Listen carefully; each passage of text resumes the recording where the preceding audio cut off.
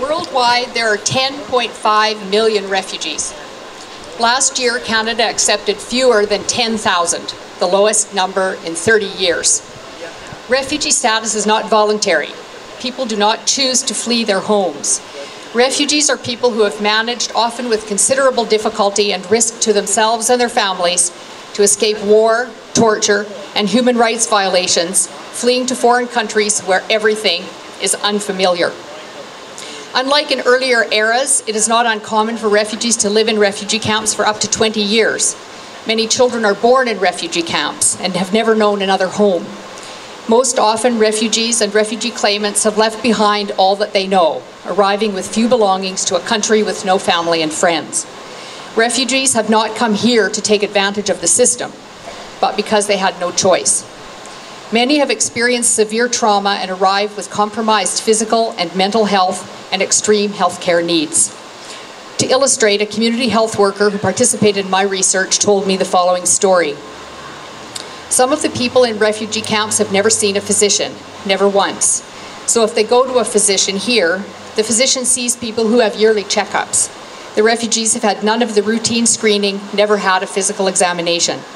The children don't have immunizations, and they have lots and lots of chronic problems. I had a young little boy, 5 years old. He had severe tooth decay, like severe, to the point where you could smell his mouth from where we are sitting across from each other. He had such severe earaches, ear infections, that the pus dripped onto his t-shirt, and they would stuff Kleenex in his ears so he wouldn't dirty the t-shirt. He had such severe anemia that he was wobbling when he walked, and we thought he had a developmental delay. The doctor said it was a miracle that he didn't have a heart attack. The anemia was so severe. When we fixed his anemia, he was running all over the place, you know, but he'd never seen a physician. He'd never had any care. He'd never been anywhere. And he had global developmental delays. He had heart problems. He had hearing problems. He had probably about 8 quite serious chronic conditions. Women and children are often at particular risk, especially if they are victims of physical and emotional abuse. According to the People's Movement for Human Rights Education, every woman, man, youth, and child has the human right to the highest attainable standard of physical and mental health without discrimination of any kind. Enjoyment of the human right to health is vital to all aspects of a person's life and well-being, and is crucial to the realization of many other fundamental human rights and freedoms. The World Health Organization Constitution enshrines the highest attainable standard of health as a fundamental right of every human being. The right to health includes access to timely, acceptable, and affordable health care of appropriate quality, and extends to the underlying determinants of health. Security of the person is a basic entitlement guaranteed by the Universal Declaration of Human Rights, and is also a human right explicitly mentioned and protected by the Constitution of Canada. People are not born vulnerable.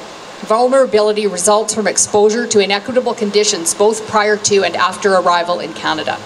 Refugees experience multiple risks to the security of the person because they cannot access the determinants of health. Many are destitute upon arrival in Canada and lack the resources to pay for healthcare expenses. Exacerbating their circumstances is a transportation loan that the Government of Canada requires refugees to repay with interest. Refugees are much more likely to live in poverty than non-immigrant Canadians. The services to which refugees were eligible prior to the cuts were similar to what is covered under provincial public plans for those living in poverty. Timely health promotion, health protection, and disease prevention are fundamental aspects of public health that, along with good primary health care, can prevent the long-term catastrophic human impacts and financial costs associated with acute and emergency care. It is crucial to ensure that access to healthcare services is available for this marginalized group rather than exacerbating their challenges. How can we expect refugees to participate in and contribute to society if they are living in poverty and not able to receive treatment for their health conditions? The Universal Declaration of Human Rights obliges countries to guarantee accessible health care for all residents. Access to health care for all is a fundamental human right enshrined in international human rights treaties that Canada has agreed to respect. To deny refugees access to essential and basic health care services is inconsistent with Canadian values and violates fundamental health human rights. Today and in the days and months ahead, we join with others calling on the federal government to reverse the cuts and ensure that all refugees in Canada once again have access to necessary health care services. We call on the provincial government to extend health care coverage to all residents. Thank you. Refugees and refugee applicants. I speak not only as a political leader, not only as an emergency physician, but as a concerned Canadian citizen and a human being who's concerned for the welfare of other human beings.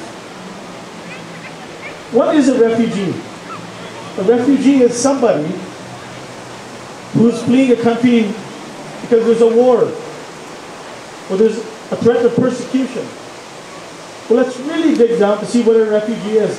A refugee is a young woman with a child in her womb, with 3, 4 other younger children, and with vulnerable people around her, with parents, and maybe a husband, maybe not. The children have been traumatized. Some may not have any limbs. They really have no country to call home on this planet. That's what a refugee is. And a refugee applicant is somebody who is not welcomed anywhere. These are the most vulnerable people on our God's green planet. I know what it's like. I was a child in my mother's womb, in a village where my family had to flee in a third world country when India gained partition. I know what it's like. My brothers were 3 young children outside of my mother's womb who lived in that climate of fear. Canada has this proud tradition of not only sheltering and giving safety and comfort, but also giving basic health care, those basic human rights to people from all over the planet. That's what Canada is. We are a country of immigrants, and many of us, whether you're European or Asian or African or South American, it doesn't matter. Many of us have come here generations ago because of this. We've always provided medical care for refugees while their claims are being processed, until Prime Minister Harper took that away last year. This is wrong for 2 reasons. The moral test of a government is how we treat the most vulnerable, and these are the most vulnerable people on the planet. This is really a moral test of our country as a nation. Denying medical care to somebody simply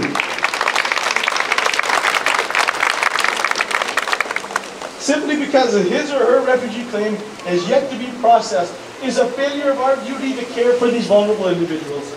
Denying medical treatment to somebody is something that the Tea Party somewhere in some southern parts of some other country would do. Not in this Canada. It's a heartless, mean-spirited policy.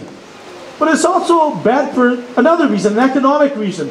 I will tell you, these poor unfortunate souls will show up at the front doors of the emergency departments of every hospital in this province. It will cost us money not to care for people.